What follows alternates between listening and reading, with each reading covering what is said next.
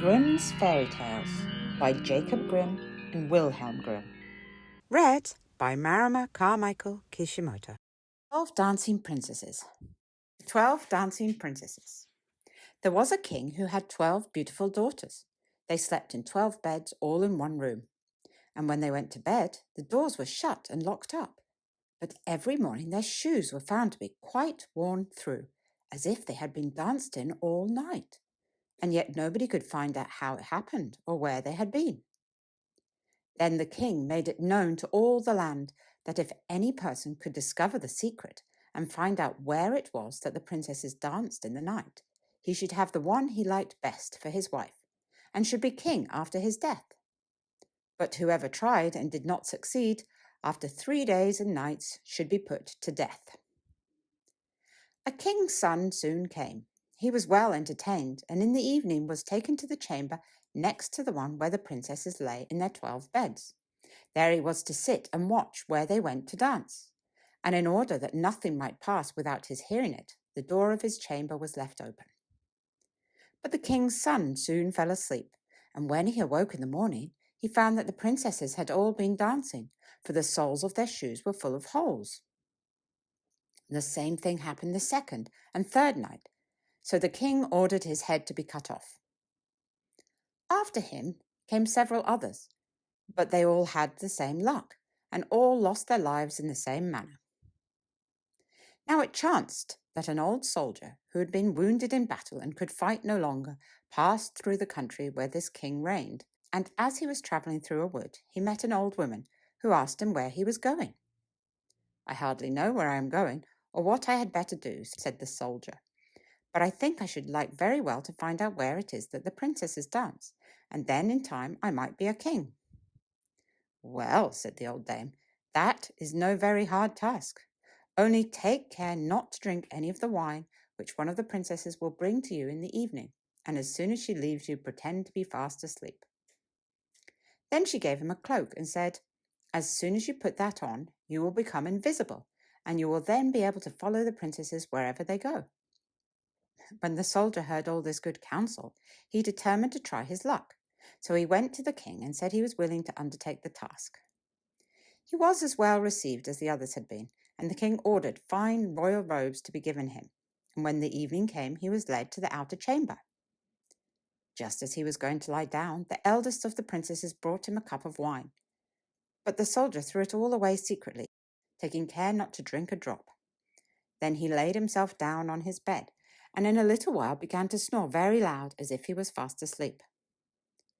When the 12 princesses heard this, they laughed heartily, and the eldest said, "This fellow too might have done a wiser thing than lose his life in this way." Then they rose up and opened their drawers and boxes, and took out all their fine clothes, and dressed themselves at the glass, and skipped about as if they were eager to begin dancing. But the youngest said, "I don't know how it is. While you are so happy, I feel very uneasy. I'm sure some mischance will befall us." "You simpleton," said the eldest, "you are always afraid. Have you forgotten how many kings' sons have already watched in vain? And as for this soldier, even if I had not given him his sleeping draught, he would have slept soundly enough." When they were all ready, they went and looked at the soldier, but he snored on and did not stir hand or foot, so they thought they were quite safe. And the eldest went up to her own bed and clapped her hands, and the bed sank into the floor, and a trapdoor flew open. The soldier saw them going down through the trapdoor, one after another, the eldest leading the way, and thinking he had no time to lose, he jumped up, put on the cloak which the old woman had given him, and followed them. But in the middle of the stairs he trod on the gown of the youngest princess, and she cried out to her sisters, "All is not right. Someone took hold of my gown." "You silly creature," said the eldest, "it is nothing but a nail in the wall." Then down they all went, and at the bottom they found themselves in a most delightful grove of trees, and the leaves were all of silver, and glittered and sparkled beautifully. The soldier wished to take away some token of the place. So he broke off a little branch, and there came a loud noise from the tree. Then the youngest daughter said again, "I'm sure all is not right. Did not you hear that noise? That never happened before." But the elder said, "It is only our princes who are shouting for joy at our approach." Then they came to another grove of trees, where all the leaves were of gold, and afterwards to a third, where the leaves were all glittering diamonds. and the soldier broke a branch from each. And every time there was a loud noise, which made the youngest sister tremble with fear. But the eldest still said it was only the princes who were crying for joy. So they went on till they came to a great lake, and at the side of the lake there lay 12 little boats with 12 handsome princes in them, who seemed to be waiting there for the princesses. One of the princesses went into each boat, and the soldier stepped into the same boat with the youngest. As they were rowing over the lake, the prince who was in the boat with the youngest princess and the soldier said, "I do not know why it is, but though I am rowing with all my might, we do not get on so fast as usual, and I am quite tired. The boat seems very heavy today." "It is only the heat of the weather," said the princess. "I feel it very warm too." On the other side of the lake stood a fine illuminated castle, from which came the merry music of horns and trumpets.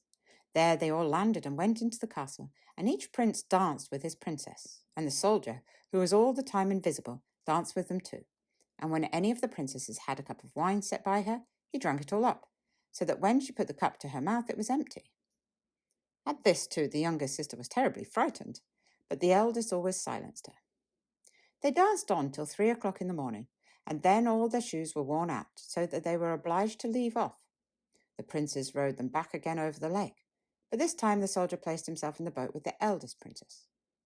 And on the opposite shore they took leave of each other, the princesses promising to come again the next night.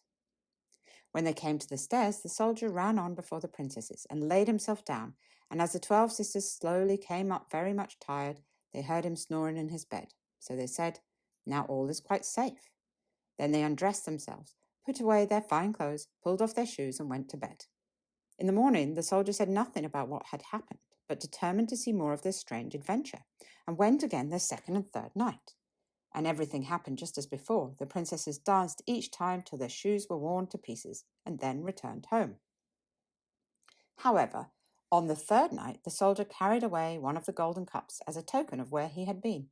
As soon as the time came when he was to declare the secret, he was taken before the king with the 3 branches in the golden cup, and the 12 princesses stood listening behind the door to hear what he would say.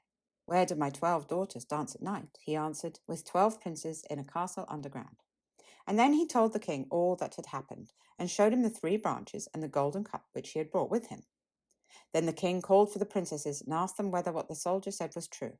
And when they saw that they were discovered, and that it was of no use to deny what had happened, they confessed it all.